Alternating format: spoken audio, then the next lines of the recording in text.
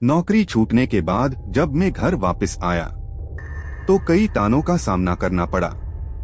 दोबारा से परिवार के माहौल में ढलने में मुश्किल भी हुई, पर सबसे ज्यादा तकलीफ तब हुई जब घर वालों ने मेरे पलंग को ही बेच दिया था।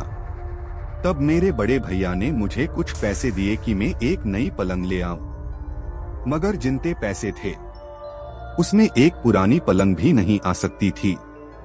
दुकान पर पूछने गया तो वहां भी उतने में कुछ नहीं मिला, पर दुकान के बगल वाले घर से एक आदमी जो लगातार मुझे देखे जा रहा था बाहर निकला और बोला कि मेरे यहाँ पुरानी खाट पड़ी है, सस्ते में दे दूंगा।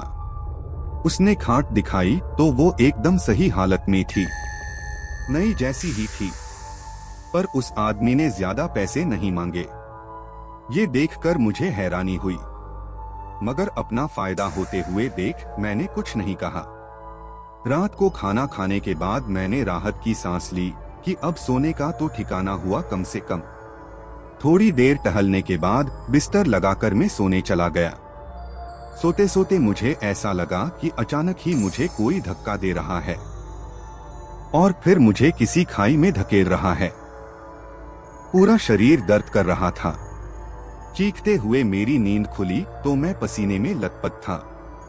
मुझे लगा कि कोई बुरा सपना होगा, तो मैं दोबारा सोने लगा, लेकिन खाट पर लेटते ही मुझे ऐसा लगा कि कोई मेरे कंधों को जोर से जकड़े हुआ है और मेरे पैरों को किसी ने पकड़ लिया है। दोबारा से मेरा पूरा शरीर दर्द करने लगा। मैं चाह कर भी उठ नहीं पा रहा था। हैरत की बात तो ये थी कि ये कोई सपना नहीं था, सच में कोई मेरे शरीर को जकड़े हुए था। मेरी चीख सुन सभी घर वाले वहां फौरन आ गए और उतने में ही ये सब अजीब चीजें भी रुक गई। बुरा सपना था ये बोलकर उन्होंने फिर से सो जाने को बोला, पर खाट पर दोबारा बैठने की अब मेरी हिम्मत ही नहीं थी। वो रात मैंने जमीन पर ही गुजारी और अगले दिन मुझे लगा कि शायद कल रात जो हुआ वो सब मेरा एक वहम था। खुद को समझाते हुए अगली रात मैं फिर उसी खाट पर सोया। कुछ देर तो मुझे नींद ही नहीं आई।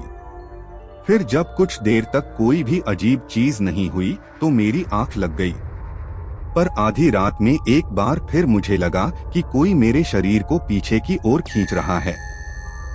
मैं आगे बढ़ ही नहीं पा रहा था, क्योंकि मेरे पैरों को जैसे किसी ने जंजीरों से बांध रखा था। फिर मुझे वैसा ही शरीर को झंझोर देने वाला दर्द होने लगा। मैं चीखता इससे पहले मुझे एक आवाज सुनाई दी। एक बूढ़ी औरत की आवाज गुस्से से भरी हुई, मेरी जगह पर आखिर क्यों आए तुम? ये मेरा बिस्तर है, निकल जाओ यहाँ से, जाओ यहाँ से। बहुत देर तक ये आवाज मेरे आसपास भटकती ही रही, फिर इतना पास आ गई कि लगा मेरे दिमाग से ही निकल रही हो, न कि बाहर से। शरीर के साथ साथ अब मेरा सर भी फटा जा रहा था। तब अचानक मुझे लगा कि मेरी माँ मुझे बुला रही हैं। उनकी आवाज से मेरी नींद ही टूट गई। मैं जब उठा तो पसीने से लटपट था। मेरी माँ मेरे पास ही खड़ी थी और वो बुरी तरह से घबरा रही थी।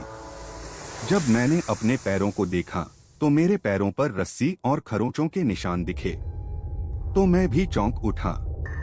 मैं समझ गया था कि जो मैं महसूस कर रहा था वो कोई सपना नहीं था। सुबह होते ही मैंने उस खाट को उठाया और बाहर फेंक आया। कुछ देर बाद वो खाट वहां थी ही नहीं। जरूर ही कोई उसे उठाकर ले गया होगा। अगली रात भी मैंने जमीन पर गुजारी, लेकिन उस खाट का ख्याल मुझे सोने ही नहीं दे रहा था। थोड़ी बहुत नींद लेकर सुबह उठा तो उस खाट के साथ एक आदमी भी घर के बाहर मिला, जो कि गुस्से में भरा हुआ था कि आखिर क्यों मैंने इतनी खतरनाक खाट यूं ही खुले में बाहर छोड़ दी थी। झटके, दर्द और बुरे सपने और कुछ नहीं देती थी ये खाट। ये सब बोलकर वो खाट वहीं छोड़ गया।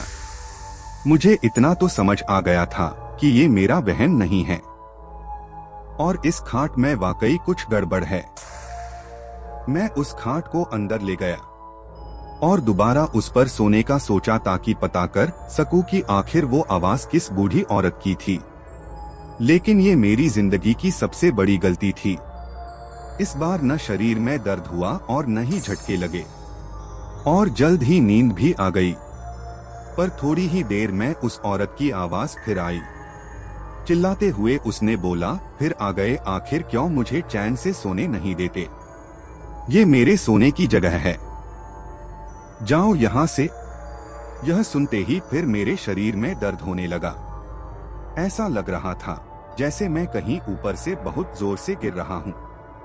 थोड़ी देर बाद ये सब रुक गया, पर ऐसा लगने लगा जैसे खाट हवा में झूल रही हो, अपने कंधों पर उठाए कोई उसे ले जा रहा हो।